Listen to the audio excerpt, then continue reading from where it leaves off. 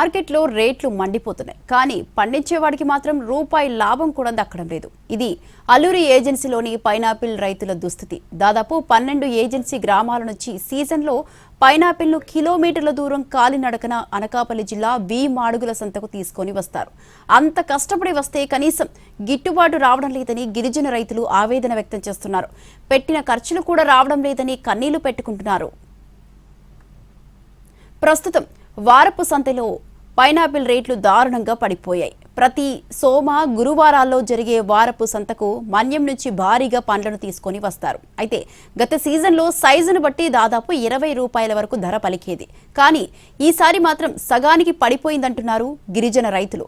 రవాణా ఖర్చులు, మార్కెట్లో చెల్లించాల్సిన ట్యాక్స్ పోతే మిగిలేది ఏమీ ఉండదంటూ లేదంటున్నారు.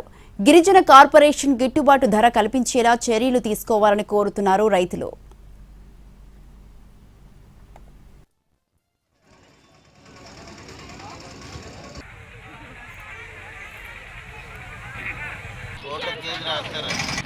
ఇదివరకైతే పైనాపిల్ స్టార్టింగ్ మే స్టార్ట్ అవుతుందండి. మే నుంచి జూన్ వరకు బాగా రేటు 30 రూపాయలు 40 రూపాయలు దాకా. వాటర్ బాగా ఇక్కడ కొంచెం డౌన్ అయింది. ఇప్పుడు 20 రూపాయలు 10 అవుతుంది. దయచేసి మామూలు ప్రెసిడెంట్ గారు అర్థం చేసుకుని మాకు ఇక్కడ కానీ మార్కెట్ సదుపాయం లేదు. రోడ్డు మీద అమ్ముతున్నారు కాబట్టి కొన్ని ఇబ్బంది పడుతున్నారు జనాలందరూ. అక్కడైతే మాకు కొద్దిగా బాగానే ఉంది రేటు, కానీ ఇక్కడైతే డిమాండ్ ఉంది. కానీ పైన తీసుకొచ్చి కొద్దిగా ఇక్కడ డిమాండ్ ఉంది. కాయ మాత్రం పెద్ద సైజు అయితే 13, 10, 2 రూపాయలు ఇలాగ అడుగుతున్నారు. మాకు అట్లనే తీరలేదండి. రేట్లు ఎంత ఇక్కడికి వచ్చిన తర్వాత 5, 10 ఇలాగ పెద్ద సైజు 12 రూపాయలు కొంటున్నారండి.